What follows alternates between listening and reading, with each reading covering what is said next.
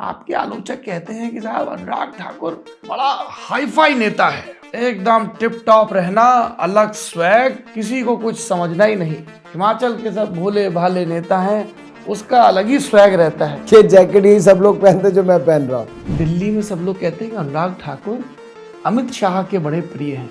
इसमें बुराई है? जो बीजेपी अपने प्रबंधन के लिए जानी जाती है, जो बीजेपी अपने डिसिप्लिन के लिए जानी जाती है, और उसके बाद 21 बागी। हम सब ने लग के प्रयास किए, लेकिन फिर भी कुछ लोग बैठे, कुछ लोग नहीं बैठ पाए। जयराम ठाकुर और अनुराग ठाकुर के मनमुटाव की भी खूब खबरें, और एक बार तो मंच पर ही तनातनी हो गई। दो स्वैप पर भी खूब चर्चा हुई, रमेश धवाला और पठानिया, और उसमें भी कहा गया कि मुख्यमंत्री ने पूरा जोर चलाया पर उनके मन की नहीं हुई। मुझे लगता है चुनाव में केवल विनेबिलिटी ही एक क्राइटेरिया है, तेरा मेरा कुछ नहीं होता जी। तो सवाल तो हिमाचल प्रदेश में ये भी पूछा जा रहा है कि भाजपा के दो बुजुर्ग पूर्व मुख्यमंत्री, जिनकी छवि है, जिनका हर जिले में असर है, तो उनकी कदर क्यों नहीं हो रही है? 2022 का रिजल्ट आने दीजिए, आपको पता चलेगा क्या मेहनत हुई। अक्सर इमोशंस को छिपा ले जाते हैं अनुराग ठाकुर। सुजानपुर में ऐसा क्या हुआ जो आपके आंसू छलछला गए? 2017 याद आ गया था क्या? नहीं, बिल्कुल भी नहीं। चुनावों में हार जीत चलती है, आप चुनावों को दिल के साथ कभी नहीं लगा के दे सकते। ये बात क्यों कही जाती है, जगत प्रकाश नड्डा वर्सेस अनुराग ठाकुर? आप तो मेरी 1% भी उनसे तुलना नहीं कर सकते। 20-21 अक्टूबर के लगभग का बयान, हाई कमांड तय करेगा सत्ता में आने पर हिमाचल का मुख्यमंत्री कौन होगा। जबकि पार्टी के राष्ट्रीय अध्यक्ष जगत प्रकाश नड्डा लगातार अपने इंटरव्यूज में कह रहे थे कि जयराम ठाकुर के ही नेतृत्व में चुनाव, और जीतेंगे तो वही सीएम। ये कंफ्यूजन कहाँ है? लड़े ही जयराम जी के नेतृत्व में रहे, तो उसमें आप किंतु परंतु क्यों करते हैं? संसद में गृह मंत्रालय का जवाब है कि देश में कोई टुकड़े टुकड़े गैंग नहीं है। जवाहरलाल नेहरू विश्वविद्यालय में जो लोग ये नारे लगाते हैं, भारत के टुकड़े हों हजार, इंशाअल्लाह इंशाअल्लाह, आज राहुल गांधी जी की भारत जोड़ो यात्रा में जुड़े हैं, तो इस गैंग को आप टुकड़े टुकड़े नहीं कहेंगे तो क्या कहेंगे? एक और अनुराग ठाकुर जनता के सामने नमूदार होते हैं, टेरिटोरियल आर्मी के कैप्टन। ये सिलसिला कैसे शुरू हुआ, कहाँ से ये थॉट आया? जब मैं टेस्ट देने गया तो सब नौजवान देखे ये यहाँ पे क्या कर रहा है, सबकी लाइनें लगी, मैं टेस्ट देने बैठा, मैं अपना लिख रहा हूँ, वो भी लिख रहे हैं, बाकी सब तो मेरी ओर देखते हैं। मैंने कहा यार अपना टेस्ट दो, नहीं तो वो रह जाएगा मेरे चक्कर में। बीजेपी वाले अंदर खाने कहते हैं कि यार आम आदमी पार्टी लड़ लेती ठीक से तो बढ़िया था, ट्रायंगुलर फाइट होती है तो हम लोगों के लिए थोड़ा सा इजी रहता है। एक अनुराग ठाकुर हैं जिनका जिक्र होता है कि साहब रिठाला की रैली में उन्होंने जो बोला वो उनकी छवि के अनुकूल नहीं था। आपको रिग्रेट है?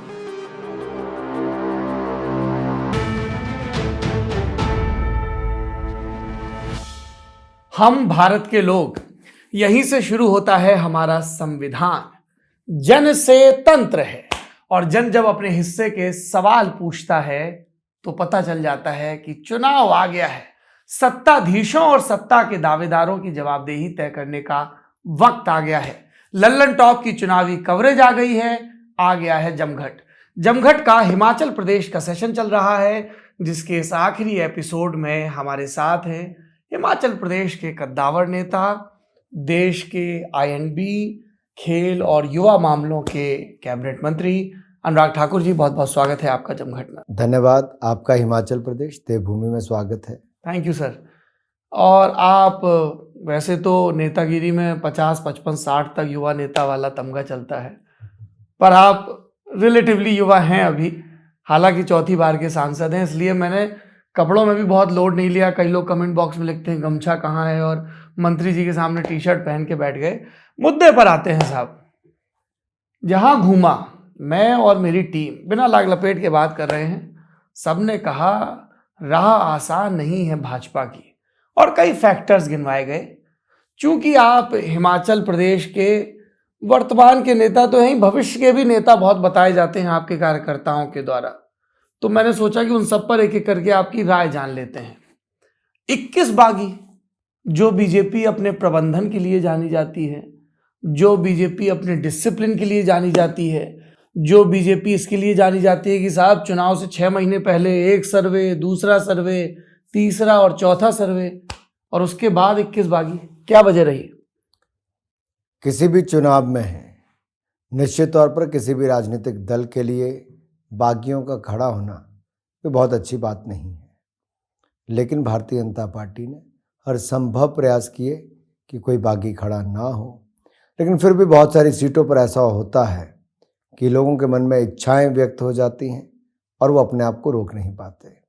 प्रयास हुए क्योंकि राष्ट्रीय अध्यक्ष जी जगत प्रकाश नड्डा जी हिमाचल प्रदेश से ही हैं, बहुत कद्दावर नेता हैं, उन्होंने भी प्रयास किया। प्रदेश के लोकप्रिय मुख्यमंत्री जयराम ठाकुर जी हैं, 5 वर्ष सरकार चलाई, उन्होंने भी प्रयास किया। हम सब ने लग के प्रयास किए, लेकिन फिर भी कुछ लोग बैठे, कुछ लोग नहीं बैठ पाए। लेकिन चुनाव में हम एक ही बात लेकर जाते हैं, जिसके पास कमल का चुनाव चिन्ह है वही भारतीय जनता पार्टी का उम्मीदवार है। बाकियों को बर्खास्त भी किया गया, पार्टी से निकाला भी गया और कड़ाई के साथ उसको पालन भी किया गया। आप अनुराग जी कड़ाई की बात कर रहे हैं, कहाँ है कड़ाई? अनिल शर्मा 2019 में कांग्रेस का झंडा ढो रहे थे, टेक्निकली उनकी सदस्यता न चली जाए इसलिए विधायकी नहीं छोड़ी, अब वो मुस्कुराते हुए भाजपा के परचम तले वोट मांग रहे हैं। ऐसे कितने ही उदाहरण हैं, तो कड़ाई कहाँ है? नहीं, कड़ाई वहीं पे ही है जो इस बार जो इंडिपेंडेंट खड़े उनके खिलाफ कड़े कदम उठाए गए, उनको पार्टी से निकाला गया, प्राथमिक सदस्यता ले ली गई वापस, 6 साल के लिए सस्पेंड किया गया।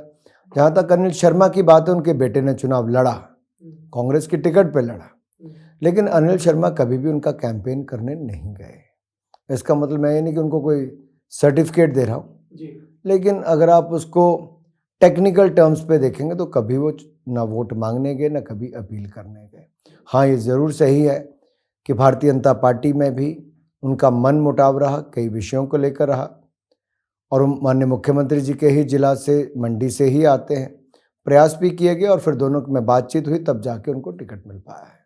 आप मनमुटाव की बात कर रहे हैं, जयराम ठाकुर और अनुराग ठाकुर के मनमुटाव की भी खूब खबरें, खूब सुर्खियां बनी और एक बार तो मंच पर ही तनातनी हो गई। आपने तंज कसा उन पर, सेंट्रल यूनिवर्सिटी को लेकर उन्होंने कुछ सफाई दी और उन्होंने इसी जमघट के प्रोग्राम में कहा कि नहीं, कुछ ऐसी बातें कही गई जो नहीं कही जानी चाहिए थी। क्या है प्रकरण? देखिए, सेंट्रल यूनिवर्सिटी 2010 में आई, 2021 में जाकर अब जाके उसके बनने की शुरुआत हुई 2022 में जी। तो जो 12 वर्ष का समय लगा, उसमें कांग्रेस की सरकार बहुत लंबे समय तक रही, जिन्होंने ना केवल ज़मीन दी, एनवायरनमेंट क्लियरेंस लाने में बहुत समय लगाया, पैसा जमा कराने में बहुत समय लगाया और कहीं ना कहीं उसको रुकवाने का बहुत प्रयास किया। इस क्षेत्र के लोग, प्रदेश के लोग चाहते थे कि विद्यार्थियों को अच्छा इंफ्रास्ट्रक्चर मिले और उसके लिए ही जब बात हुई सेंट्रल यूनिवर्सिटी बनाने के विषय में हुई।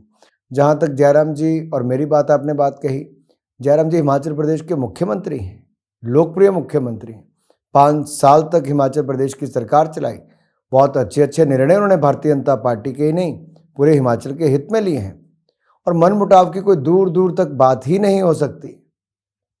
जब हम एक ही राजनीतिक दल में काम करते हैं, वो सीनियर हैं, मुख्यमंत्री हैं, तो हम क्या है, उसमें कोई फर्क नहीं है। अच्छा, तो ये बताइए कि जिस देहरा कैंपस के मनमुटाव की बात हो रही, उसी देहरा सीट को लेकर भी आप लोगों के मनमुटाव खबरें आई। कहा गया कि अनुराग ठाकुर की डिनर डिप्लोमेसी सफल हो गई, मुख्यमंत्री ने कॉल दिया था होशियार सिंह को, पर टिकट नहीं दिला पाए, चलिए अनुराग ठाकुर की। क्या हुआ सर? नहीं, ऐसा बिल्कुल नहीं है। भारतीय जनता पार्टी में टिकटें कोई व्यक्ति तय नहीं करता है। हमारे यहाँ इलेक्शन कमेटी है, राष्ट्रीय स्तर पे बैठती है, सारे सर्वेस में वो लिया जाता है, उससे पहले मंडल से लेकर संगठन के लोगों से और बहुत सारी जगह से फीडबैक लिया जाता है और जिसको इस लायक पाया जाता है कि वो जीत सके, उसको उम्मीदवार घोषित किया जाता है। तो क्या पेच फंसा था देहरा में? एसोसिएट मेंबर थे, निर्दलीय विधायक, पर उनको कोई पेच नहीं फंसा जी। पार्टी ने उनको ज्वाइनिंग कराने की बात की और ज्वाइन किया उन्होंने जी। फिर उनका मन किया छोड़ के जाना है, छोड़ के चले गए, क्योंकि टिकट नहीं मिला। नहीं तो उनके ऊपर निर्भर करता, दूसरे व्यक्ति के बारे में मैं नहीं कह सकता टिकट मिला नहीं मिला। अच्छा। अगर आप उनकी प्रेस कॉन्फ्रेंस देखेंगे जी या उनके बयान देखेंगे, बहुत साफ शब्दों में कहा कि वो बगैर किसी मांग के भारतीय जनता पार्टी में आए हैं। 2 स्वैप पर भी खूब चर्चा हुई, रमेश धवाला और पठानिया, और उसमें भी कहा गया कि मुख्यमंत्री ने पूरा जोर चलाया पर उनके मन की नहीं हुई। इनफैक्ट उन्होंने हमारे इंटरव्यू में भी कहा कि देखिए, हमेशा मन की नहीं होती है, पर संगठन का फैसला शिरोधार्य होता है और उससे व्याख्याकारों ने समझ लिया कि साहब चली नहीं। वहां पर क्या हुआ था, क्या नौबत आ गई कि आपको ये टिकट स्वैप करने पड़े? नहीं देखिए, इसमें किसी के व्यक्ति की बात नहीं है जी। जी। जब आप पार्टी में संगठन को चलाते हैं, सरकार बनानी होती है, चुनाव आता है, तो बहुत सारे समीकरण देखे जाते हैं।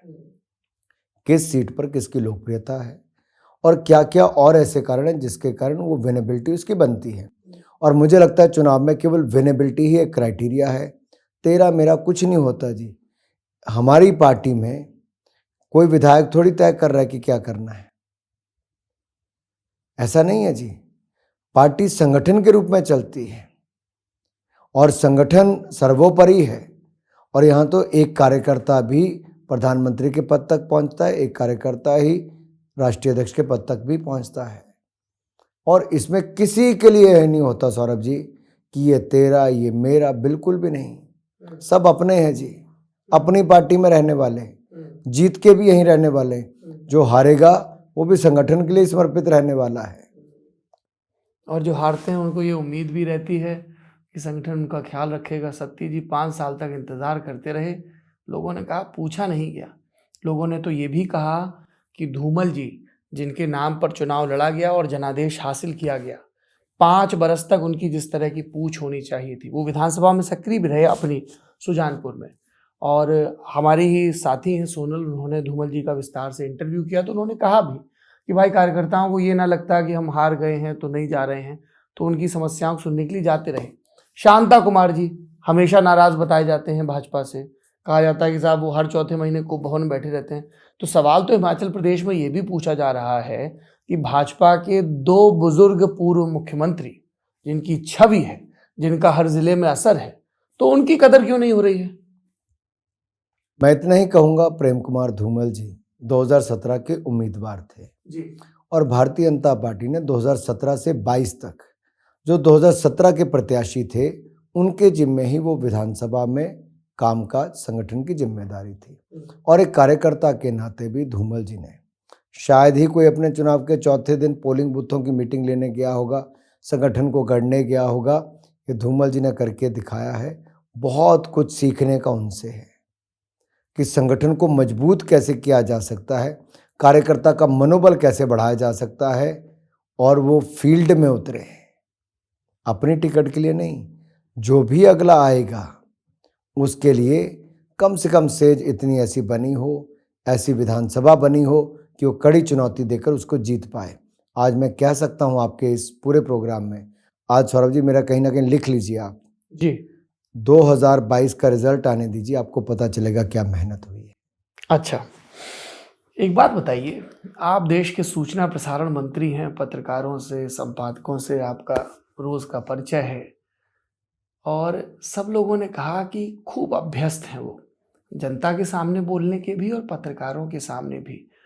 और अक्सर इमोशंस को छिपा ले जाते हैं अनुराग ठाकुर, चेहरे पर भाव नहीं आने देते हैं। सुजानपुर में ऐसा क्या हुआ जो आपके आंसू छलछला गए?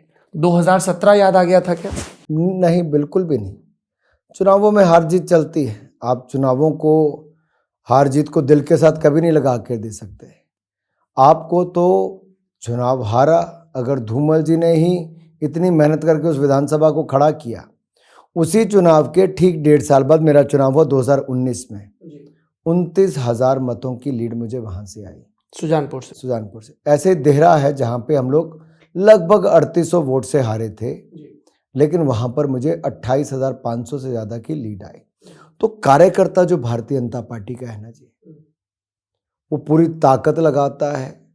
और यहाँ पे मैं देख रहा था, जब जिस दिन नॉमिनेशन के लिए गया, वही कार्यकर्ता जो 2017 में जिसका मनोबल गिर गया था, जिसने 19 में इतनी बड़ी लीड दिलाई, वो एक बार फिर चुनाव लड़ने के लिए तैयार था। उसके चेहरे पर एक खुशी थी, एक तेज था कि हम फिर मौका मिल रहा है चुनाव जीतने का। हो सकता है उनके मन में हो कि धूमल जी चुनाव नहीं लड़ रहे, लेकिन उनके मन में ये प्रतिज्ञा थी कि हमने चुनाव जीतना है।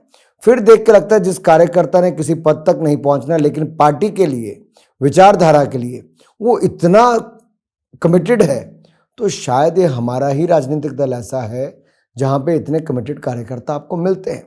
और ऐसी महिलाओं युवाओं को देखकर, जोश देखकर भावुक होना स्वाभाविक है।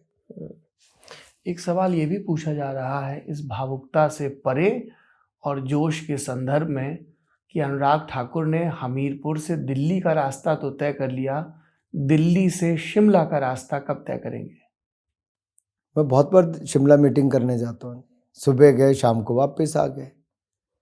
स्थायी कभी पते के रुकना साथ पड़े। कब जाएंगे? स्थायी पता दिल्ली में आप मुझे मिलना पसंद नहीं करेंगे। नहीं, मैं तो सब जगह मिलना पसंद करूंगा जहां आपका पॉलिटिकल असाइनमेंट होगा। ये सवाल पूछा जा रहा है। देखिए, ये लल्लन टॉप है ना, हम लोग घुमा फिरा के बात नहीं करते हैं। जयराम ठाकुर जी के साथ एक पदबंध जोड़ा जाता है कि he is accidental chief minister. और जब मैंने अपनी टीम से पूछा कि मैं ये इंटरव्यू कर चुका हूँ, आखिरी अनुराग ठाकुर का इंटरव्यू है, कोई सवाल, तो उन्होंने कहा ये पूछ लीजिएगा, कई कार्यकर्ता भी बोलते हैं। और कहा तो ये भी गया कि 6 महीने पहले ये लगभग तय हो गया था कि आपको दिल्ली से शिमला रवाना किया जाए। खूब खबरें चली। और अनुराग जी, ये तो आप भी जानते हैं कि हम पत्रकार तो मीटिंग में बैठे नहीं रहते हैं, खबरें चलती हैं तो कहीं ना कहीं उसका सिरा होता है भीतर। तो ये खबरें चली थी कि शायद सीएम बदला जाए और युवा नेतृत्व दिया जाए। जयराम जी ने बहुत अच्छी सरकार 5 साल तक चलाई। ठीक है, उपचुनाव के नतीजे उस तरह के नहीं आए, लेकिन उसके बाद भी देखिए लगातार पार्टी को आगे बढ़ाने में सब ने एकजुट होकर काम किया। और ये चुनाव भी हम पूरी ताकत के साथ लड़ रहे, नतीजे भी बहुत अच्छे आएंगे। ये दिल्ली का रास्ता, शिमला का रास्ता, इन सब से कोई फर्क नहीं पड़ता। ये कभी ना ललन टॉप पे तय होने वाला है, बिल्कुल नहीं, और ना ही किसी और एपिसोड में किसी और चैनल के होगा। लेकिन कब क्या होगा ये किसी को नहीं पता। मैं एक आपको कहानी बताइए। मैं क्रिकेट खेलता था जी। 10-11 साल की उम्र में मेरे पिताजी ने कहा कि बेटा तुम्हें सैनिक स्कूल में भर्ती कराना है। मैं 2 दिन घर नहीं आया, मैंने कहा क्रिकेट ही खेलना है। मैं पंजाब की टीम का कप्तान बना, उत्तर भारत की टीम का कप्तान बना, इंडिया अंडर 19 से लेकर रणजी ट्रॉफी सब कुछ खेलने का काम भी हो गया, वो हो गया क्रिकेट। लेकिन जब 20-22 साल की उम्र थी तब क्रिकेट छोड़ना पड़ा, परिवार की जिम्मेदारियां आई। जब मैं काम वाम में लग गया तब अचानक ऐसी परिस्थितियां बनी कि मैं हिमाचल क्रिकेट का अध्यक्ष बना। और विरासत में वो मिला जो शायद आप कभी लेना भी ना चाहें। 7 प्लास्टिक की कुर्सियां थी, 2 ऐसी लोहे की अलमारियां थी, एक टाइपराइटर और 2 रजिस्टर थे और कुछ नहीं था। और वहां से वो यात्रा शुरू की थी क्रिकेट एडमिनिस्ट्रेटर की। कभी नहीं सोचा था राजनीति में आऊंगा, लेकिन वहां से घूम के राजनीति में आ गया। राजनीति में आके ये नहीं सोचा था कि 4 चुनाव भी लड़ने के लिए मिलेंगे, युवा मोर्चा का राष्ट्रीय अध्यक्ष बनूंगा या कभी कैबिनेट मिनिस्टर बनूंगा। ये जो तकदीर में लिखा है ना, वो ना आप दे पाएंगे, ना मैं छीन पाऊंगा, ना हम जितनी मर्जी चर्चा करेंगे। वो जब भाग्य में लिखा है उसको तब वो मिलना है। मुझे लगता है मैं इतना सौभाग्यशाली हूं कि मेरी हमीरपुर संसदीय क्षेत्र की जनता ने और हिमाचल के लोगों ने इतना प्यार दिया है कि एक के बाद दूसरे चुनाव में लगातार उससे बेहतर ही प्रदर्शन किया है।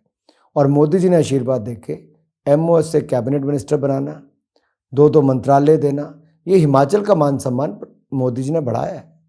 आप जब ये जवाब दे रहे हैं तो आपके आलोचक पिछले ही महीने के आपके एक बयान को रेखांकित करेंगे। 20-21 अक्टूबर के लगभग का बयान, हाई कमांड तय करेगा सत्ता में आने पर हिमाचल का मुख्यमंत्री कौन होगा। जबकि पार्टी के राष्ट्रीय अध्यक्ष जगत प्रकाश नड्डा लगातार अपने इंटरव्यूज में कह रहे थे कि जयराम ठाकुर के ही नेतृत्व में चुनाव और जीतेंगे तो वही सीएम। ये कंफ्यूजन कहाँ है? यही हाईकमान है जी, राष्ट्रीय अध्यक्ष जी। राष्ट्रीय अध्यक्ष जी ने तय किया, हिमाचल में 3 बार आकर का है। तो फिर आपके बयान का सबब? राष्ट्रीय अध्यक्ष, मैंने आपको कहा ना जी कि हाईकमान। अच्छा, वो ओवरलैप हो गया फिर आपके बयान पे प्रेसिडेंट का बयान? नहीं, लगातार ही चल रहा है जी। और इसमें कोई किंतु परंतु नहीं होना चाहिए। सिटिंग मुख्यमंत्री होते हुए आज तक के आप सारे उदाहरण देखिए, सिटिंग मुख्यमंत्री के नेतृत्व में चुनाव लड़ा है जी। नहीं, और अगर जीत जाते हैं उसके बाद तो फिर वही कंटिन्यू करेंगे जो पार्टी ने तय किया है। जब लड़े ही जयराम जी के नेतृत्व में रहे तो उसमें आप किंतु परंतु क्यों करते हैं? नहीं, मेरा काम तो सवाल पूछना है जो जनता पूछ रही है। हम तो यहाँ जनता के नुमाइंदे बने बैठे हैं मंत्री जी। जो गली मोहल्लों में चर्चा हो रही है हम सब पूछ लेते हैं। क्या चर्चा हो रही है? चर्चा तो यही हो रही है कि बदलाव भी हो सकता है। आप पूछना चाह रहे हैं तो मैं बता दे रहा हूँ ऑन रिकॉर्ड। नहीं, अब गली मोहल्लों में जो चर्चा हो रही होगी वो राजनीतिक पार्टी का निर्णय नहीं हो सकता है। बिल्कुल नहीं हो सकता है। अच्छा, ये बात बताइए कि एक ये अनुराग ठाकुर नज़र आते हैं जो बड़े संयमित ढंग से बात कर रहे हैं आला कमान की और सब चीज़ों की। एक अनुराग ठाकुर हैं जिनका ज़िक्र होता है कि साहब रिठाला की रैली में उन्होंने जो बोला वो उनकी छवि के अनुकूल नहीं था। आपको रिग्रेट है, चुनाव आयोग ने आप पर प्रतिबंध लगाया 72 घंटे का, सब बातें हुई कि उस मंच से देश के मंत्री को इस तरह की बात नहीं कहनी चाहिए थी। वो एपिसोड भी हो गया, वो समय भी निकल गया जी। न, उसके बाद कभी कुछ हुआ। तो मुझे लगता है उसके किंतु परंतु उसके डिटेल में जाएंगे तो कोई लाभ नहीं मिल पाएगा। अच्छा, हाल में आपका एक बयान आया अभी 48 घंटे पहले का ही है, जिसमें आप राहुल गांधी की भारत जोड़ो यात्रा के संदर्भ में बात कर रहे थे। और चूंकि प्रियंका गांधी उनकी बहन और कांग्रेस की राष्ट्रीय महासचिव यहाँ कैंपेन कर रही हैं, तो आपने कहा कि साहब ये टुकड़े टुकड़े गैंग। तो जब मैं कांग्रेस के नेताओं से बात कर रहा था तो उन्होंने कहा कि भाजपा वालों के पास हिमाचल के मुद्दे नहीं बचे हैं, इसीलिए कभी वो भगवान राम के नाम पर, कभी कश्मीर के नाम पर, और कभी एक ऐसे प्रसंग के नाम पर जिसमें कोर्ट का न क्लोजर आया है। और उन्होंने तो ये भी कहा कि साहब संसद में गृह मंत्रालय का जवाब है कि देश में कोई टुकड़े टुकड़े गैंग नहीं है। इसी सदन का ये जो सत्र चल रहा है, जो कार्यकाल चल रहा है लोकसभा का, और इसके बाद भाजपा के मंत्री ये बात कह रहे हैं। और एक चीज़ और रेखांकित की गई, ये अनुराग ठाकुर लगातार आम आदमी पार्टी पर भी बहुत हमलावर हैं, जबकि ये सबको दिख रहा है कि हिमाचल प्रदेश में वो उतनी सक्रियता से चुनाव तक नहीं लड़ रहे हैं। क्या कहेंगे मंत्री जी? ये तो सही है, आम आदमी पार्टी की दुकान बहुत समय पहले यहाँ पे बंद हो गई, वो ताला लगा के जा चुके हैं। हिमाचल में उनको कोई रिस्पांस नहीं मिला, क्योंकि पंजाब में 3 महीने में 70 से ज़्यादा हत्याएं, उनके स्वास्थ्य मंत्री का भ्रष्टाचार में इस्तीफा हो जाना, ये अपने आप में दिखाता है कि पड़ोसी राज्य की हवा यहाँ तक पहुँची कि लोगों ने क्या खो दिया है और लोग क्या भुगत रहे हैं। कानून व्यवस्था चरमरा गई है। अरविंद केजरीवाल जी की पार्टी का दिल्ली में शराब घोटाला, शिक्षा मंत्री का मुख्य आरोपी होना, मुख्यमंत्री का किंग पिन होना, यह अपने आप में दर्शाता है कि कितना भ्रष्टाचार दिल्ली और पंजाब में हो रहा है। तो हिमाचल के लोग बहुत समझदार हैं। दूसरी बात, टुकड़े टुकड़े गैंग की आपने कही जी। क्या सौरभ जी, जवाहरलाल नेहरू विश्वविद्यालय में जो लोग ये नारे लगाते हैं, भारत के टुकड़े हों हजार, इंशाअल्लाह इंशाअल्लाह, पोस्टर चिपकाते हैं, a country without a post office, एक ऐसा देश जिसका नामो निशान ना हो। तो इस गैंग को आप टुकड़े टुकड़े नहीं कहेंगे तो क्या कहेंगे? जोड़ो यात्रा के सहयोगी। ये वही लोग हैं जो भारत के टुकड़े करने पर तुले थे, आज राहुल गांधी जी की भारत जोड़ो यात्रा में जुड़े हैं। ये वही लोग हैं जो कश्मीर को कभी 370-35 से धारा से बाहर निकलता नहीं देखना चाहते थे, जो कश्मीर के नाम पर भी राजनीति करना चाहते थे। ये कभी कश्मीर में विकास को नहीं देखना चाहते थे। आज जम्मू कश्मीर में विकास भी हो रहा है, पर्यटन भी बढ़ रहे हैं, और ये टुकड़े टुकड़े गैंग कभी कहीं और थी। राहुल गांधी जी वहाँ जाकर अपना कंधा रोने के लिए देते थे, आज हाथ में हाथ मिलाकर चल रहे हैं। तो देवभूमि भारत और वीर भूमि भारत, जहाँ के युवाओं ने सेना में अपना बलिदान भी दिया और योगदान भी दिया, वो टुकड़े टुकड़े गैंग के लोगों को तो स्वीकार करेंगे नहीं। अच्छा, पर इनको अगर चिन्हित कर लिया गया है तो इन पर अभी तक कोई प्रभावी कार्रवाई चल रहा है, कानून अपनी कार्रवाई करता है। अच्छा, ठीक है। आप ये बता रहे हैं, लेकिन बीजेपी वाले अंदर खाने कहते हैं कि यार आम आदमी पार्टी लड़ लेती ठीक से तो बढ़िया था, ट्रायंगुलर फाइट होती है तो हम लोगों के लिए थोड़ा सा इजी रहता है। तो वो तो अफसोस जता रहे हैं कि आम आदमी पार्टी यहाँ और लड़ती तो जो एंटी इनकम्बेंसी वोट है वो स्प्लिट होता ठीक से कांग्रेस और आम आदमी पार्टी के बीच में। हमारे अपने काम बहुत अच्छे हैं जी। डबल इंजन की सरकार के, चाहे वो रसोई गैस के सिलेंडर हर परिवार तक देना हो, वैक्सीनेशन में नंबर 1 पर आना हो, या पानी के कनेक्शन जो 70 साल में लगे 7 लाख, उससे ज़्यादा 8,23,000 पिछले 5 साल में लगाने की बात हो। ऐसे बहुत सारे काम, सड़क, शिक्षा, स्वास्थ्य से लेकर जो राष्ट्रीय औसत से बेहतर हैं, वो हिमाचल के हैं। तो सरकार अपने काम पर जाएगी लोगों से वोट मांगने के लिए। और ओल्ड पेंशन स्कीम आप पेंशन, लगातार कह रहे हैं कुछ बड़ा अनाउंसमेंट करेंगे। ओल्ड पेंशन स्कीम आप कांग्रेस से पूछिए, वापस किसने ली? 2004 में हमारी सरकार नहीं थी। दोनों सरकारों का फैसला था, अटल बिहारी वाजपेयी जी की सरकार का शुरू किया हुआ और मनमोहन सिंह की सरकार में उस पर आखिरी ठप्पा लगा। इसको एक इकोनॉमिक रिफॉर्म की तरह देखा और यूपीए और एनडीए, पहले एनडीए और फिर यूपीए ने उसको कंटिन्यू किया। अगर आप इसको इकोनॉमिक रिफॉर्म के रूप में सौरभ जी देख रहे हैं तो मनमोहन सिंह जी देश के प्रधानमंत्री थे और वीरभद्र सिंह जी हिमाचल के मुख्यमंत्री थे। वो एनपीएस लेकर आए और ओपीएस से मुक्ति दिलाई। उसके बाद उन्होंने फिर सरकार 2012 से 17 तक बनाई। 10 साल मुख्यमंत्री रहकर उन्होंने कभी ओपीएस को लागू नहीं किया, बल्कि ओपीएस को चलता किया। अब वही कांग्रेस के ऊपर आप विश्वास कर रहे हैं जो पंजाब, राजस्थान, छत्तीसगढ़ में कहती है कि हम किसानों के कर्जे माफ़ करेंगे, लेकिन नहीं कर पाती है। हिमाचल में 2003 में वायदे करती है कि हम हर घर से एक व्यक्ति को नौकरी देंगे, नहीं देती है। 2012 में फिर चुनाव लड़ने आती है तो कहती है कि हम बेरोजगारी भत्ता देंगे, लेकिन देते नहीं हैं। अब आके फॉर्म भरवाते हैं कि हम पैसा देंगे। इनके ऊपर लोग विश्वास क्यों करें? जो कहा वो किया तो नहीं। पर ओपीएस एक मुद्दा तो बन गया है अनुराग ठाकुर जी। प्रदेश में आप जहां भी ऐसे घरों में बात करिए जहां पे सरकारी कर्मचारी हैं या थे, तो चुनाव में बहुत सारे मुद्दे होते हैं। बीजेपी का क्या स्टैंड है? नहीं, मैंने तो कहा चुनाव मुख्यमंत्री ने कहा कि मैंने प्रधानमंत्री जी के सामने जाके कहा कि जी ये एक है और इस पर कृपा पूर्वक विचार किया जाए। देखिए, मुख्यमंत्री जी की प्रधानमंत्री से क्या बातचीत हुई, इस पर मैं कोई टिप्पणी करूंगा नहीं। दो लोगों के, दो नेताओं के बीच में बात है, मेरा टिप्पणी करना उचित भी नहीं है। लेकिन इतना मैं जरूर कहूँगा, हिमाचल के अधिकारी कर्मचारियों का बहुत बड़ा योगदान हिमाचल के विकास में है, हर सरकार के साथ है। आज हिमाचल राष्ट्रीय औसत से बेहतर करता है तो सब कुछ एक राजनीतिक दल के नाते भी सत्ता में आकर और अधिकारी कर्मचारियों का योगदान रहा। लेकिन साथ ही साथ में बहुत सारा और भी पहलू ऐसे हैं जिनको और नज़र में रखना पड़ता है, वो भी आपके सामने ही है। कई लोगों ने 1993 का चुनाव याद दिलाया अनुराग जी, जब शांता कुमार जी ने अपने कार्यकाल में नो वर्क नो पे लागू किया था और लोगों ने कहा कि 93 में बीजेपी की जो टैली आई उसमें सबसे बड़ा योगदान सरकारी कर्मचारियों की विकट नाराज़गी का था। आपको ऐसा क्यों लग रहा है कि 2022 में सरकारी कर्मचारियों की नाराज़गी इस एक मुद्दे को लेकर आपके लिए बड़ी परेशानी का सबब नहीं बनेगा? क्या है बीजेपी की रणनीति से काउंटर करने के लिए विपक्ष की इस रणनीति? एज ए टीम, जैसे मैंने आपको कहा, एक राजनीतिक दल के नाते भी हम जब चुनकर सत्ता में आए जी, अधिकारी कर्मचारियों के साथ मिलकर प्रदेश का चहुमुखी विकास किया। और चाहे पे कमीशन लागू करने हो, समय समय पर वो भी किए, डीए की राहत भी दी। हर वो निर्णय जो करने की ज़रूरत थी हमने वो किया भी है। और ओपीएस एनपीएस में कितना अंतर है वो भी शायद सरकार के स्तर पर कर्मचारियों से बातचीत भी हुई है। माननीय मुख्यमंत्री जी ने भी इसको बहुत गंभीरता से लिया है। बाकी सब बातें आप कमेटी बनाई, कमेटी की रिपोर्ट पब्लिक पूछ रही है कहाँ है, मुख्यमंत्री जी कह रहे हैं जी केंद्र के सामने रख दिया। खैर, आप अभी थोड़ी देर पहले सेना का जिक्र कर रहे थे। एक और अनुराग ठाकुर जनता के सामने नमूदार होते हैं, टेरिटोरियल आर्मी के कैप्टन। ये सिलसिला कैसे शुरू हुआ, कहाँ से ये थॉट आया?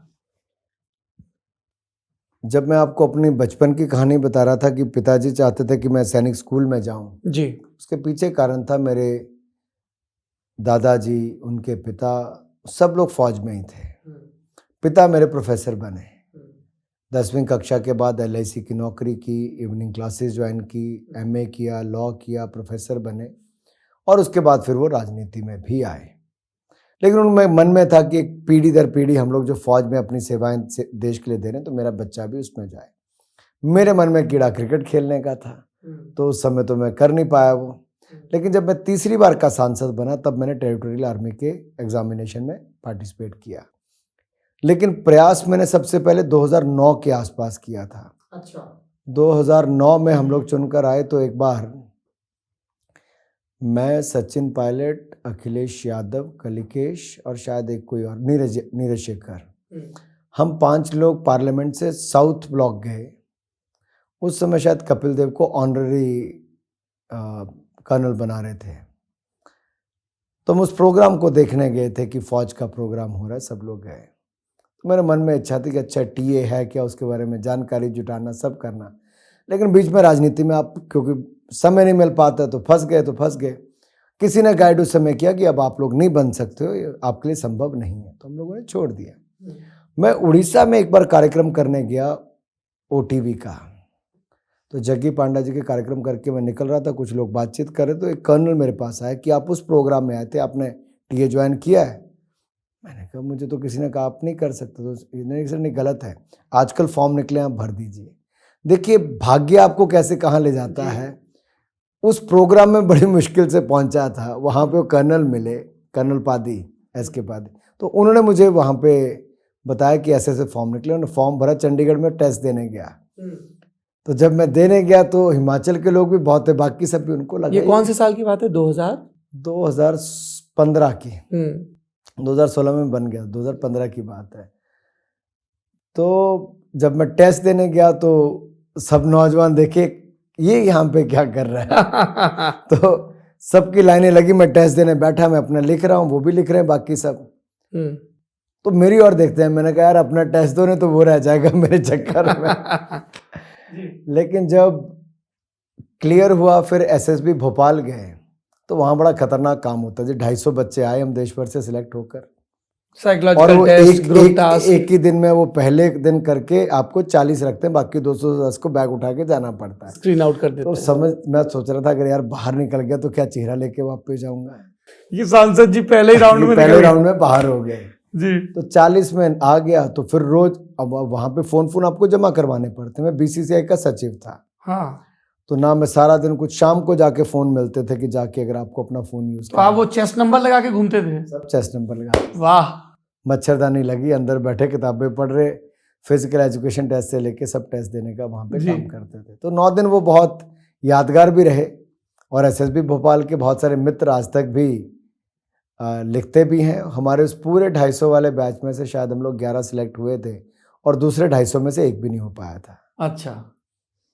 तो ये इस तरह से फौज में पहुंच गए आपके सामने। Because you look very happy. मैं तस्वीरें देख रहा था इस इंटरव्यू की तैयारी के दौरान, आपकी अलग अलग पॉलिटिकल पड़ावों की।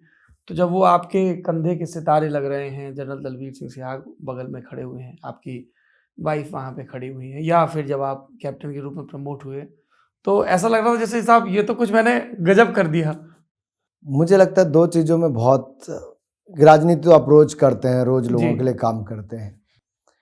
एक, जब खेलों के क्षेत्र में मैं काम करता हूँ, क्योंकि क्रिकेट बहुत करीब रहा, खेलता भी रहा, तो उससे खुशी मिलती है। दूसरा, फौज, कहीं ना कहीं अंदर वर्दी जब आप पहनते हैं, पता नहीं इस वर्दी में कुछ है जो आपके अंदर एक नई ऊर्जा पैदा करती है, आपके चेहरे पे एक नया तेज लाती, आप कुछ भी करने के लिए तैयार हो जाते हैं, कर मिटने के लिए। ये कहीं ना कहीं इस वर्दी में कुछ ऐसा है कि आपके अंदर वो जज्बा पैदा करती है, जुनून आता है एक, और कहीं ना कहीं वो शायद वही तेज बाहर दिखता होगा, लेकिन अंदर से वो स्पार्क आता है आपको अंदर कहीं ना कहीं कि फौज की वर्दी यार, अब बस। तो इसमें हर साल एक ट्रेनिंग का वो रहता है? हर साल 36 दिन देने होते हैं। तो अब तो आप इतने वरिष्ठ मंत्री हैं, अभी कैसे मैनेज? तब भी मिलता है टाइम। आपको डिसाइड करना है कि आप साल भर में कब 2-2 दिन करके भी कर सकते हैं, 4-4 दिन करके भी कर सकते हैं। पर उतने दिन की वो ट्रेनिंग आपको करती है। अच्छा, क्रिकेट का बार बार जिक्र आ रहा है, कहाँ से शुरू हुआ ये सिलसिला? मैं जिस स्कूल में जालंधर में पढ़ता था जी, कौन से स्कूल में थे आप? Dayanand model senior secondary school, DAV की ब्रांच है। वहाँ पे हमारे सीनियर्स बहुत खेलते थे। वहाँ पे एक बहुत कंपटीशन होता था, एक साइंदा स्कूल होता था, हमारा दयानंद मॉडल स्कूल, बहुत compete करते थे। और पंजाब में भी वो एक हंसराज ट्रॉफी होती थी जो DAV की होती थी। उस समय क्रिकेट के अलग अलग टूर्नामेंट्स होते थे। तो जब हम प्रेयर के टाइम पे खड़े होते थे, तो सुबह असेंबली में कई बार स्टेज पे बुलाया जाता था कि इस बच्चे ने अच्छा किया, क्रिकेट में हमारे बच्चे ने अच्छा किया। तो लगता अच्छा यार ये है क्या। फिर स्कूल में ही अपना बड़ा ग्राउंड था, तो वहाँ प्रैक्टिस करते थे। तो हम फ्री पीरियड में जाते थे, देखते थे यार ये खेल रहे हैं, तो उनको देखते देखते फिर हमने खेलना शुरू किया। विक्रम राठौर, राजदीप कलसी वगैरह सब लोग हमारे उसी स्कूल के सीनियर हैं। विक्रम राठौर तो देश के लिए खेले भी, आजकल बैटिंग कोच भी हैं टीम के। और उसी शहर से हरभजन सिंह वगैरह सब लोग, ये मेरे जूनियर्स थे जो खेले। तो बस उनको देखते देखते आ गए। और हमारे स्कूल के प्रिंसिपल PC सूद साहब और एक गुप्ता सर मैथमेटिक्स के होते थे, ये बहुत प्रमोट करते थे कि खेलो जाके, कोई नहीं क्लास मिस होगी, अच्छा करो। तो जो स्कूल की एक बैकिंग होती थी, वहाँ के टीचर्स जब हमारे पास मुश्किल से 1-1.5 महीना होता था, एक्स्ट्रा क्लासेस लगा के खुद वेट करके पढ़ाते थे, पास हो जाओ ताकि अगले साल भी खेलते रहो। तो बहुत, मुझे लगता है स्कूल का बहुत बड़ा योगदान शुरुआत में रहा। और खेलते खेलते आप अंडर 19 में पहुंच गए। तो मैं पहले जालंधर की टीम का कप्तान बना, फिर पंजाब अंडर 16 का बना। दोनों ही जालंधर वाली स्टेट चैंपियन बनी, पंजाब की नेशनल चैंपियन पहली बनी तो मेरे ही कैप्टनशिप में बनी। अंडर 19 का मैं नॉर्थ जोन का कैप्टन था, वो भी ऑल इंडिया चैंपियन बनी। अंडर 19 पंजाब भी हमारी नेशनल चैंपियन बनी। रणजी ट्रॉफी का मैं हिस्सा बना पंजाब का, वो हमारी पहली बार एक बार पंजाब रणजी ट्रॉफी चैंपियन बनी, उसका मैं हिस्सा था। गुरु नानक देव यूनिवर्सिटी से मैं खेला, वो भी हम अमृतसर वाली हम लोग नेशनल चैंपियन उसके रहे। तो 90 से 92-93 का जो दौर है उसमें हमने सब चैंपियनशिप जीती। और रणजी अंडर 19 में तो मेरे फाइनल में 128 मेरी बैक पेन थी तो मैं उस पर आउट हुआ। सेमीफाइनल में मेरे 196, उससे पहले हरियाणा के खिलाफ मेरे 163 नॉट आउट। ये अंडर 19 का अंडर स्कोर 19 है। पंजाब तो जब इतनी हिमाचल बढ़िया के खिलाफ मेरे 100 नॉट आउट, तो मेरे 4 तो 100 थे। I was highest run getter. हाँ, तो इतना बढ़िया जब करियर चल रहा था, फिर उसको आगे परस्यू क्यों नहीं किया? मेरे पिताजी को हार्ट अटैक हुआ, उनका बाईपास हुआ बहुत यंग एज में, और बड़े बेटे होने के नाते उनको लगा कि ज़िंदगी का कोई भरोसा नहीं, तो इसको कहीं ना कहीं काम शुरू करना चाहिए। तो मैं अपने कज़न्स के साथ फिर काम वाम करके शुरू किया। 20-21 साल का मैं था। क्या काम शुरू किया आपने? मैं मैन्युफैक्चरिंग करता था, एक्सपोर्ट करता था। क्या? Hand tools hand tools hand tools. जैसे हथौड़े, बोल्स्टर्स, हैमर्स, कहाँ पे थी ये बोल्स्टर्स। फैक्ट्री आपकी? ये जालंधर में थी। वहाँ पर थे। और फिर ये क्रिकेट प्रशासक का सिलसिला शुरू हुआ? मैं आया हिमाचल हमीरपुर में ही, यहीं पे ही। हाँ जी। एक कांग्रेस के नेता है राजेंद्र जार, जो आजकल यहाँ के डिस्ट्रिक्ट प्रेसिडेंट है। वो उस समय इसी में थे, वो बनना चाहते थे हिमाचल के प्रेसिडेंट। कुछ वोटर्स मुझे जानते थे तो मेरी मदद चाहते थे। मैं जालंधर से चल के सुबह 5:30-6 बजे चल के आया, तो 9 बजे 10 बजे इनसे मीटिंग थी। मैंने 2 घंटे उनका इंतज़ार किया, वो साहब नहीं पहुँचे। मैं उनके घर पे पहुँचा, उनके घर पे कुछ ऐसा घटा कि इंटरव्यू बताना ठीक नहीं, तो मैं वापस कहा कि आप मेरे साथ ही खाना खाने आइए। तो आइए, फिर आए वो, तो मैंने उनसे कहा कि ठीक है साहब, सब लोग आपकी मदद करेंगे। मैं क्योंकि जालंधर में रहता हूँ, मैं यहाँ पे रह नहीं पाता, तो मेरी ओर से जो भी मदद होगी डिस्ट्रिक्ट क्रिकेट एसोसिएशन के लिए, मैं आपको वो मदद करूँगा। मुझे एक मेंबर डिस्ट्रिक्ट का बना लीजिए। उनको स्टेट का प्रेसिडेंट बना रहे थे, मैं डिस्ट्रिक्ट एक मेंबर बनने के लिए कह रहा था। कहा नहीं जी, जगह नहीं है, कैसे हो पाएगा। तो टाल मटोल करके मुझे टरका दिया उन्होंने। तो जो लोग मुझे उसकी मदद करने के लिए लाए थे, उन्होंने कहा साहब ये तो आप सुबह 5 बजे उठ के इनकी मदद करने, अब तो ऐसे नहीं चलेगा, आपको बनना है। मैंने कहा मैंने क्रिकेट छोड़ दिया, सब कुछ छोड़ दिया, मैं आऊँगा ही नहीं जी, सवाल ही पैदा नहीं होता। ये कौन से साल की बात है? ये सन 2000 की बात है। पिताजी आपके तब तक मुख्यमंत्री बन चुके थे। तो इन सब ने बहुत प्रयास किए, 3-4 बार प्रयास किया, उन्होंने साफ मना कर दिया। अल्टीमेटली वो कहते हैं ना, भाग्य खींच के लाता है डेस्टिनी। तो मुझे लेकर भी आए, मैं सब एसोसिएशन से मिला 12 के 12 जिलों में, सब ने यूनानिमसली कहा कि नहीं आपको आना चाहिए। लेकिन आगे मैंने आपको बताया ही, 2 स्टील की अलमारियाँ, 7 कुर्सियाँ, 2 रजिस्टर, ये मिला। लेकिन पहले 5 साल में हमने हिमाचल को ना केवल ये अमतर क्रिकेट स्टेडियम, धर्मशाला क्रिकेट स्टेडियम, ऐसी 4 ग्राउंड्स बना कर दे दी। हिमाचल की टीम जो एक भी मैच नहीं जीती थी, उसको रणजी ट्रॉफी के प्लेट ग्रुप का नेशनल चैंपियन बना दिया। महिलाओं की एकेडमीज बना दी। हिमाचल को एक नई दिशा देकर 5 साल में खड़ा कर दिया। और वहीं से ही उस समय की कांग्रेस की सरकार को लगा कि ये आया कौन है जो 50 साल में कुछ नहीं हुआ, तो इसने क्या खलबली मचा दी। मैंने वीरभद्र जी को मुख्य अतिथि के तौर पे बुलाया इंडिया पाकिस्तान बोर्ड प्रेसिडेंट और पाकिस्तान के मैच में। वो आए, वो स्टेडियम देखा, खचाखच भरा था। धर्मशाला उन्होंने पूरा स्टेडियम देखा मेरे साथ। तो हर किसी को कहते we are so proud of this young man, क्या काम किया हम लोग अपने जीवन में नहीं कर पाए, सबको कह रहे थे। पता नहीं शिमला जाते आते क्या हुआ, उन्होंने सबने कांग्रेस ने तय कर लिया कि स्टेडियम को, एसोसिएशन को, सबको टेक ओवर करना है। और एक स्पोर्ट्स बिल बनाया कि एसोसिएशन को टेक ओवर कर लेना है। सबको लगा 25-26 साल का लड़का है, भाग जाएगा। लेकिन मैं लड़ा साहब। आप हाई कोर्ट से स्टे लेके आए? हाई कोर्ट, सुप्रीम कोर्ट में 15 साल मुकदमे लड़े मैं। वो 2005 के मुकदमे 2020 में आके खत्म हुए जी। लेकिन हिमाचल की जनता के लिए लड़ा, यहाँ के युवाओं के लिए लड़ा, और शायद यही कारण है कि वहाँ से राजनीति का रास्ता खुला। जब भी आपके क्रिकेट प्रशासक वाले रोल की बात होती है, एक मैच का खूब जिक्र होता है कि आप HPCA के मुखिया थे, आप ही अपनी टीम के कप्तान बन गए। जम्मू कश्मीर के खिलाफ मैच था, 0 पर आउट हुए, 2 विकेट भी लिए, उसमें शायद 4 विकेट से JNK की टीम जीती। वो क्या था? चूंकि आपको सिलेक्टर बनना था इसलिए आपने किया? बिल्कुल भी नहीं। मैं पंजाब की टीम का कप्तान था, हिमाचल को तो हम उस समय हरा ही देते थे, हर मैच ही हराते थे। मेरे लिए कोई बड़ी बात नहीं थी मैच खेलना, पंजाब की रणजी ट्रॉफी टीम में सिलेक्ट हो गया था। तो यहाँ पे क्या था, मैं चाहता पूरा सीजन खेलता। देखिए, सोच बदलने की बहुत आवश्यकता होती है। मैं बार बार कहता था कि हम लोग हार तो रहे हैं, जीत के लिए खेलो, चांस लेके खेलो, कहाँ रुक रुक के खेलते हो।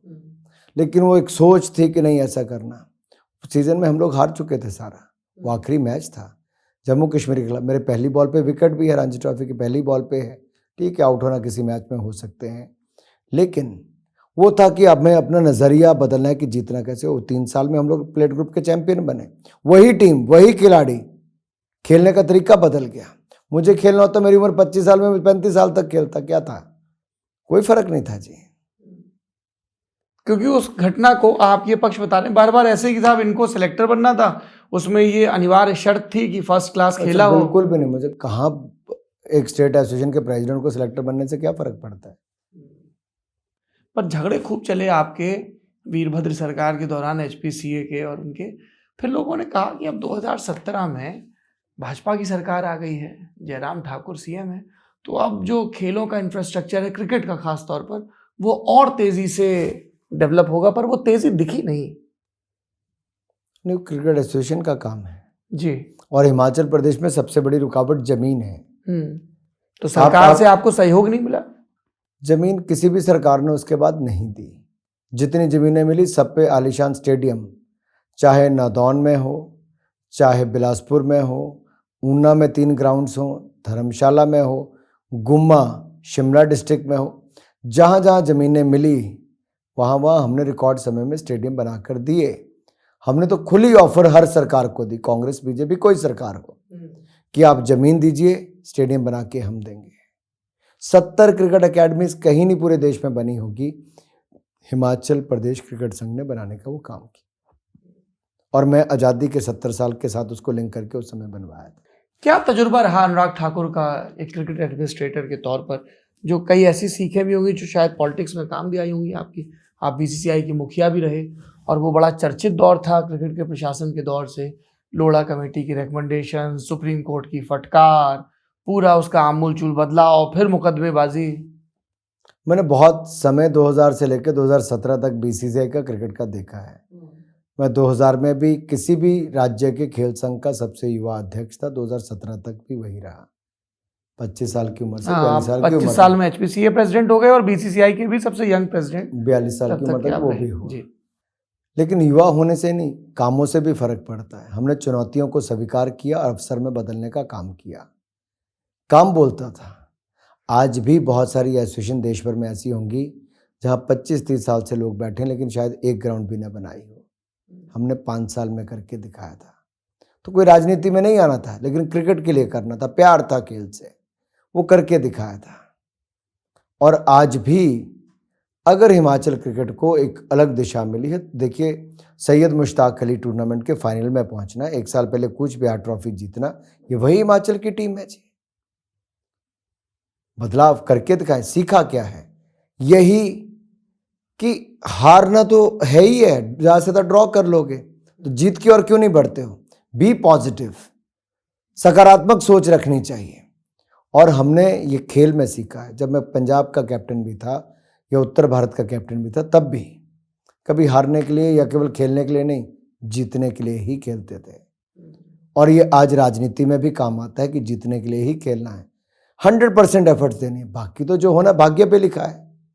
आपको अपना 100% देना। जो भी पद आपको मिला है उस पे आपको जस्टिफाई करना है कि आप वहां पे कुछ कर रहे हो, नहीं तो पद लेके बैठना उसका कोई फायदा नहीं है। ये बताइए कि आप तो क्रिकेट प्रशासक थे और अपनी फैक्ट्री भी चला रहे थे, फिर ये नेतागिरी कहाँ से आ गई 2008 में? वीरभद्र जी को और कांग्रेस पार्टी का धन्यवाद, जिन्होंने मुकदमे इतने कर दिए एसोसिएशन को टेक ओवर करने के लिए कि जनता के बीच में आक्रोश था, मीडिया नेगेटिव लिख रहा था, बाय इलेक्शन आ गया था और बाय इलेक्शन में पार्टी को लगा कि अच्छी चॉइस हो सकती, तो चॉइस हो गई। तो आज तक के सबसे रिकॉर्ड मतों से उस समय में जीता, 1,76,000 वोट से। आपका मन था राजनीति में आने का? मैं तो कभी भी नहीं आता था जी। मैं तो क्योंकि सिर्फ लोग ये बोले कि धूमल जी जो आपके छोटे भाई हैं अरुण, उनको तैयार कर रहे थे पॉलिटिकली, वो ज़्यादा एक्टिव रहते थे अपने पिताजी के चुनाव प्रबंधन में, ऐसा है क्या?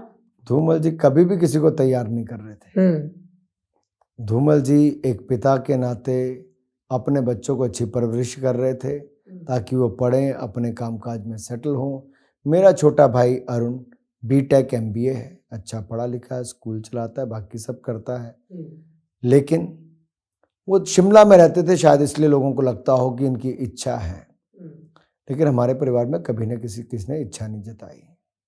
तो फिर वो 2008 का टिकट तो पार्टी ने तय किया। नहीं तो आप लोग भी राजी तो हुए होंगे, इच्छा तो रही होगी ना? पार्टी ने ही तय किया। धूमल जी तो उस मीटिंग का सदस्य भी नहीं थे, सेंट्रल इलेक्शन कमेटी ने तय किया। अच्छा एक बात बताइए अनुराग जी, आपके राजनीतिक कार्यकाल की हमने बातें कर ली, और चूंकि हिमाचल के संदर्भ में तो मैं यहाँ ज़्यादा फोकस कर रहा हूँ, क्रिकेट प्रशासक, टेरिटोरियल आर्मी, आपके आलोचक कहते हैं कि साहब अनुराग ठाकुर बड़ा हाईफाई नेता है, एकदम टिप टॉप रहना, अलग स्वैग, किसी को कुछ समझना ही नहीं, हिमाचल के सब भोले भाले नेता हैं, उसका अलग ही स्वैग रहता है। ये क्यों कहते हैं आलोचक आपके?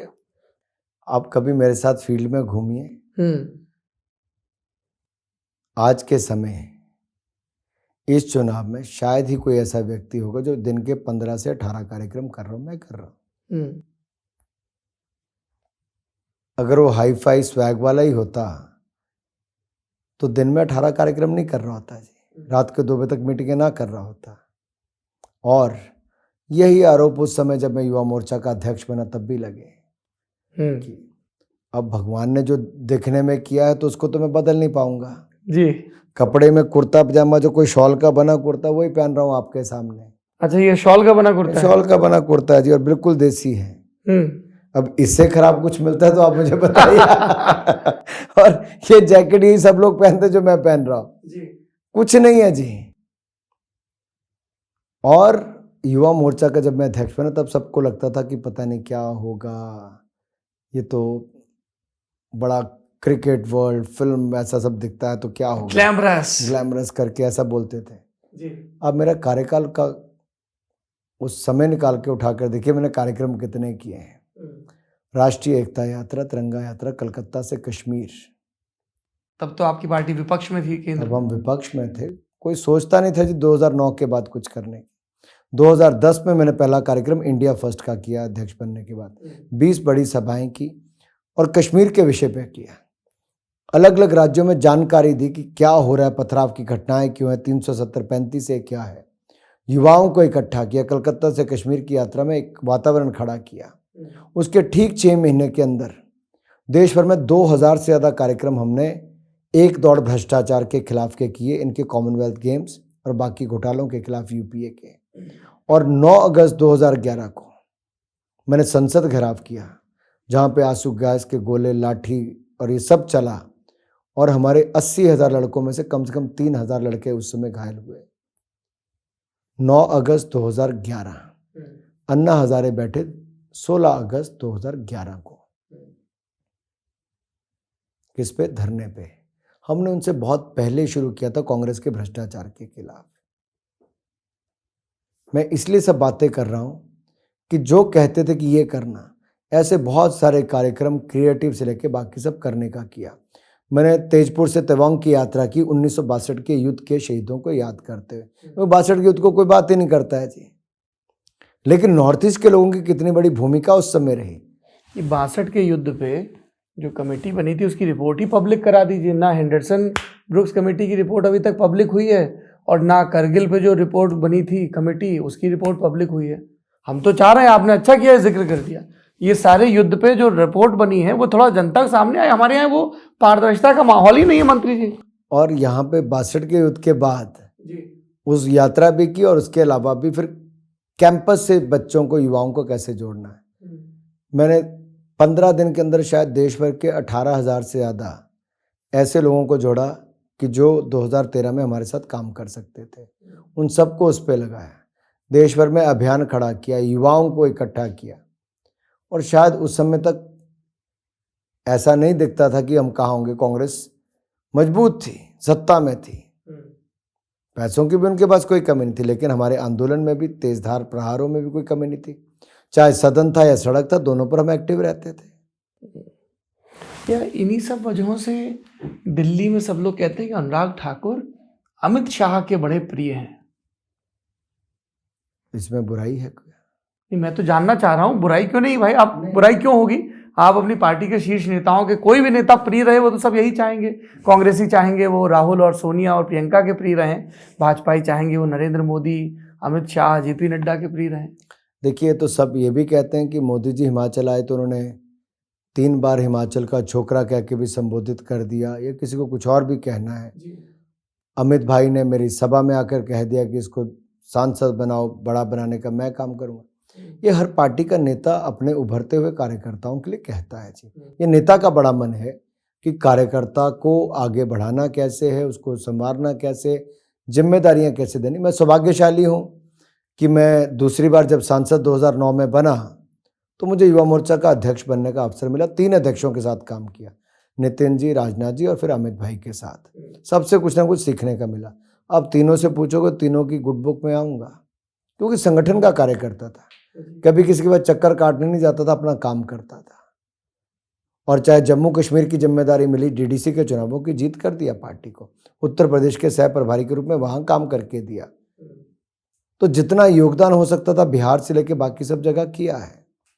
अब इसको आप गुड बुक कहें या राष्ट्रीय अध्यक्ष ने कोई जिम्मेदारी दी उसके रूप में कहें, सच्चाई ये है कि मोदी जी ने अपनी मंत्रिमंडल में शामिल किया, फिर 2 वर्षों में कैबिनेट मंत्री बनाने का काम किया। अमित भाई ने संगठन में बार बार अलग अलग जिम्मेदारियां दी। अब राष्ट्रीय अध्यक्ष जेपी नड्डा जी हैं, वो भी लगातार अलग अलग कामों में लगाते हैं, जिम्मेदारियां देते हैं। आखिरी सवाल जमघट का, आपने जेपी नड्डा का जिक्र कर दिया, मुझे वही पूछना था। सब पत्रकारों से बात करिए, प्रोफेसर से बात करिए, कार्यकर्ताओं से बात करिए, ऐसे पूरी लाट खोल के बैठ जाते हैं कि साहब, भाई साहब बाकी सब ठीक है, पर ये जो एक ही समय में हमारे प्रदेश से 2 बड़े नेता हो गए हैं, इनका बड़ा आपस में टकराव रहता है। तो ये बात क्यों कही जाती है, जगत प्रकाश नड्डा वर्सेस अनुराग ठाकुर, इस पर चर्चा क्यों होती है पॉलिटिकल कॉरिडोर्स में? जेपी नड्डा जी पार्टी के राष्ट्रीय अध्यक्ष हैं जी। आप तो मेरी 1% भी उनसे तुलना नहीं कर सकते जी। वो हम सब के राष्ट्रीय अध्यक्ष हैं। हाँ। और भारतीय जनता पार्टी में राष्ट्रीय अध्यक्ष का क्या मान सम्मान होता है, प्रधानमंत्री जी के भाषणों से समझ सकते हैं। किसी भी कार्यकर्ता के लिए, पार्टी के किसी भी नेता के लिए, भाजपा में जो राष्ट्रीय अध्यक्ष ने कहा वो लास्ट वर्ड है। और हमारे लिए गर्व की बात है कि हमारे हिमाचल प्रदेश से, छोटे से राज्य से, जेपी नड्डा जी राष्ट्रीय अध्यक्ष हैं। और मुझे लिए तो और सौभाग्य की बात है, मेरे बड़े भाई के रूप में है। मैं वर्षों तक उनके साथ काम किया। मेरे संसदीय क्षेत्र में उनका घर है, उनकी विधानसभा क्षेत्र यहाँ पर था। जब मैं सांसद बना तब वो विधायक और मंत्री भी थे, तो हमने इकट्ठे काम भी किया। वो बड़े भाई के नाते ही सदा हिमाचल की सरकार में भी, जब धूमल जी की सरकार में मंत्री थे तब भी बहुत रिश्ता मेरा केवल नड्डा जी के साथ नहीं, उनके बच्चों के साथ भी, भाभी के साथ भी, मल्लिका जी का, बहुत अच्छा हमारा घरेलू रिश्ता है। ये ना जाने आप मीडिया के लोग कहाँ क्या क्या बुनते रहते हैं जी। आप कभी जयराम जी, कभी नड्डा जी की और कहाँ ले जाते हैं। हम तो साहब पाँव पाँव भटकते हैं, जमीन का बयान दर्ज करते हैं, जो सुनने में आता है हम सोचते हैं पूछ लें, ताकि कोई ये ना कहे कि साहब आप लोगों की सुन के आ गए, आपने नेताजी से तो पूछा ही नहीं। ये पता नहीं आपको भटकाने का काम कौन करता है और आप आगे भड़काने का करते हैं। नहीं, मैं तो इसीलिए ऑन रिकॉर्ड पूछ लेता हूं कि भाई ये सुना तो आप अपना पक्ष बता दीजिए, क्योंकि अब ये इंटरव्यू नड्डा जी भी देखेंगे, तो नड्डा जी भी, उनसे कोई पूछेगा तो वो भी यही कहेंगे। ऐसी मैं उम्मीद जब सच्चाई ये है तो वो यही कहेंगे। देखिए, मेरा और नड्डा जी का बहुत प्यार है जी। हाँ। और आज का नहीं, जब से मैं सांसद बना उससे पहले का। धूमल जी, नड्डा जी ने बहुत लंबे समय तक इकट्ठे काम किया है। पता नहीं लोग क्यों गुटों की कहानियां सुनाते रहते हैं पुरानी, नड्डा जी का गुट, धूमल जी का गुट। नहीं नहीं नहीं नहीं, धूमल जी तो प्रदेश के अध्यक्ष थे। जब उन्होंने टिकट, चाहे नड्डा जी हो, जयराम जी हो या बाकी सतपाल सत्ती से लेके बाकी सब, उनके समय इनको टिकट दिए जी चुनाव लड़ने के लिए। तो मैं तो उस समय राजनीति में, मेरा कोई दूर दूर तक लेना देना नहीं था जी। तो ये तो सवाल ही कहीं पैदा नहीं खड़ा होता। सब चंगा सी, सब ठीक है, सब चंगा सी, सब चंगा है तो सब चंगा रहेगा। सब अच्छा था, है और रहेगा। अनुराग ठाकुर जी, आपने इतना समय दिया, जमघट में हमारे प्रश्नों के जवाब दिए, बहुत बहुत धन्यवाद, और चुनाव के लिए बहुत बहुत शुभकामनाएं। जमघट का ये सिलसिला चलेगा। हिमाचल प्रदेश का सत्र यहाँ समाप्त होता है। अब बारी है गुजरात की। वहां जो सत्ता के दावेदार हैं उनसे आपके सवाल पूछे जाएंगे। आप देखते रहिए लल्लन टॉप।